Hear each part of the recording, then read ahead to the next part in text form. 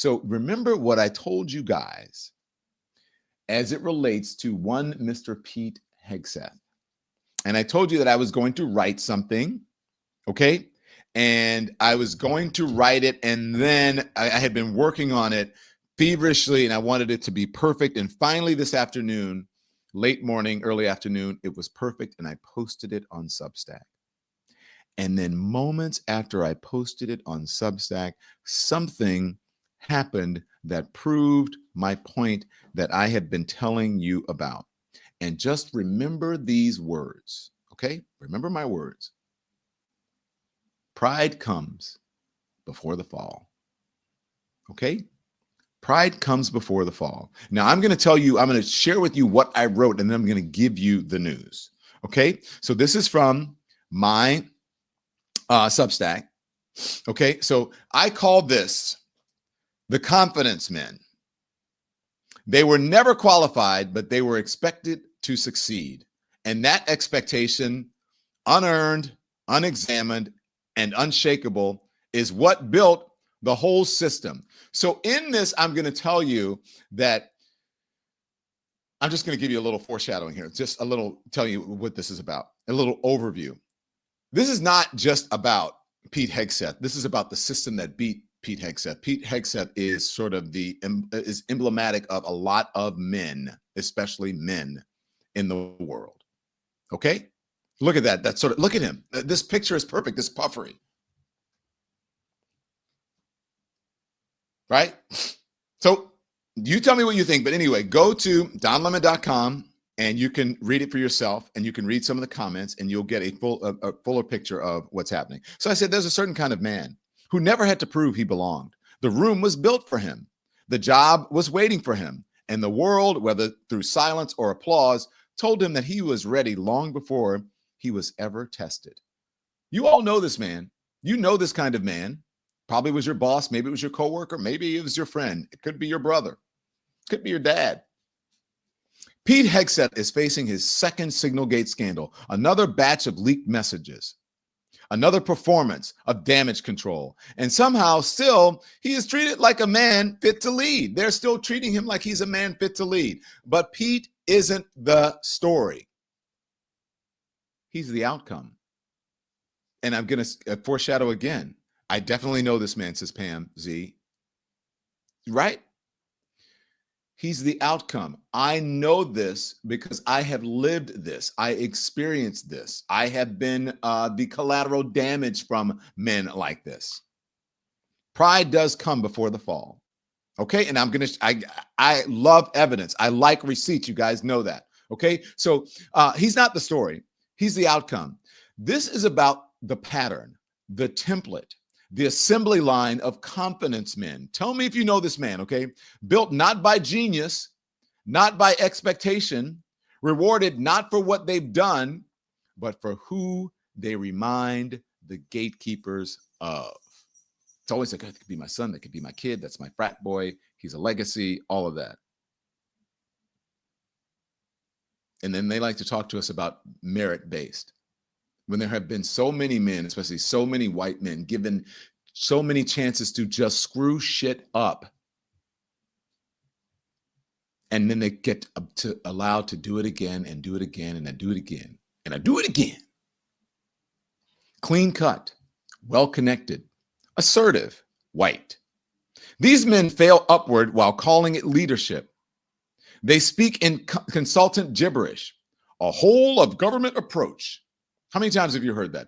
I am so proud this has been a whole of government approach. It's like a consultant thing. That's what they say. We need to widen the aperture. Some bullshit. Recentering the brand. Bullshit, consultant driven. As if jargon can mask the absence of a moral compass. They've mastered the optics of authority without even shouldering the burden of responsibility. That's an important sentence. At least I think so. They've mastered the optics of authority without ever shouldering the burden of responsibility. And their bosses, they know the man they picked isn't qualified. But they still prop him up, still offer full-throated public support because they think proximity to power can be mistaken for competence. That people are going to say, oh my gosh, that's what they think, that he's close to power, close to me, then of course he's going to be competent because I hired him, I know him, I picked him. That if they just pull the strings hard enough, the puppet might start dancing on his own. Meanwhile, back at the ranch, people like me, black men, don't get to be a work in progress. We don't get the benefit of the doubt or the soft language of growth. We have to arrive ready, over-prepared, twice as sharp, 3 times as composed just to be seen as credible.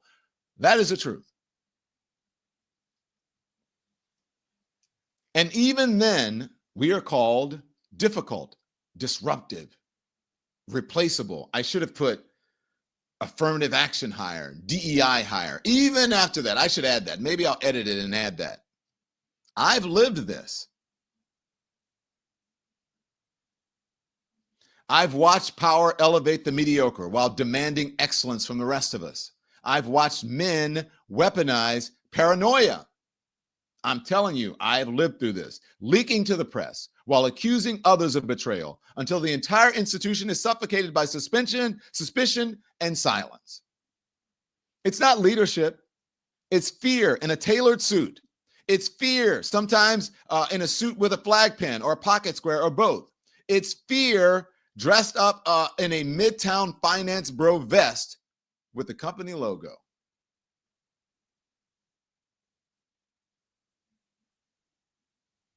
You've seen it. And still the press is their altar that they worship at. They leak to it. They obsess over it. And in the end, it is the very thing that unravels them. The people who left or were let go from Pete Hegseth on his team, from his department, he accused them of leaking. You know what they said? That he leaked stories, reportedly leaked stories about them to the press, to destroy their reputation, to bury them. It was him who did it, and now he's accusing them of doing it. So back up, I would just want to read that line because you saw that interview yesterday. It was not a good one. And I said, and still the press is the altar they worship at. They leak to it. They obsess over it. And in the end, it is the very thing that unravels them. Mark my words. Keep going. One glossy profile, too eager to please. It could be like a magazine profile. Let's let them in to follow us around and they can see how beautiful and great and smart and magnanimous and whatever I am. And then they just reveal too much through that interview and people go, what the fuck is this? This person is more concerned about their ego and their press than they are about the success running this organization and the success of it and the employees who work there. Where's the lie? One Fox and Friends interview too arrogant to prep for. And suddenly the illusion shatters because their bosses, they can stomach failure. What they can't stomach is failure in public. Not when it reflects back on them. Not when the man they built becomes a mirror. Too close, too clear. A corporate version, I love this line that I wrote. A corporate version of the picture of Dorian Gray. You guys have seen that movie, The Picture of Dorian Gray, where he keeps the picture in his attic. He makes a pact with whatever, the occult, I don't know, with the person, whoever paints this picture of him. And then he puts it in the attic and he covers it. Instead of him aging, the photograph or the picture ages, the painting ages. And all of the evil and all of whatever he does in the world is on that picture. But he keeps it locked in his attic, covered. And he never ages. He's still, right? Because that's the image that he has of himself until he goes to look at that image and he's like, damn. The corporate version of the picture of Dorian Gray, where the moral and professional failings they refuse to see in themselves show up in the headlines that they can't ignore. I'm very proud of myself for that. I thought that was really good. And when it all starts to fall apart, the pattern repeats. A long walk in the park, right? Hey, look, buddy, I got to tell you, it's been great. I know I picked you up, stood by you, but we got to make some changes and we got to let you go. That's the walk that they take in the park, right? When they get rid of the guy. When it all starts to fall apart, the pattern repeats. A long walk in the park, a soft landing, a press release filled with euphemism and grace. Could be spend more time with the family, or we've decided mutually that this, or that they, sometimes they just give them another position to pretend. And sometimes they just say, hey, look, you got to go. Sometimes. They always get the walk. They always get to fail politely. The rest of us, we get tossed. Pete's day is coming. That walk, that exit, that quiet rebranding as a misunderstood visionary. This person came in and tried to recenter the organization and whatever, and they just so that the inmates are running the asylum, and they just sort of rebranded. Not that this person was incompetent. His day is coming. That walk, that exit, the quiet rebranding as a misunderstood visionary. But the real scandal isn't the leak. It's that he was ever trusted with the job in the first place. Because the tragedy isn't that they fail. It's that they were set up to succeed in the first place. And something they weren't even qualified for. You can't coach a man into competence when the only thing he's ever truly mastered is privilege. Thanks everyone for watching. Your support means the world to us. So make sure you hit the like button and you subscribe to our channel to make sure that you never ever miss a video. We're live every day, 10 a.m. Eastern time. We drop even more content at 2 p.m. Eastern and 5 p.m. Eastern. And if you want more Don Lemon Show content, we'd love for you to become a member of the Lemon community, where you will receive access to special community posts. You'll get exclusive content and members-only live shows. So head over to our channel page or click the join button on this video. Again, thank you for watching. We appreciate your love and your support, and we will see you next time.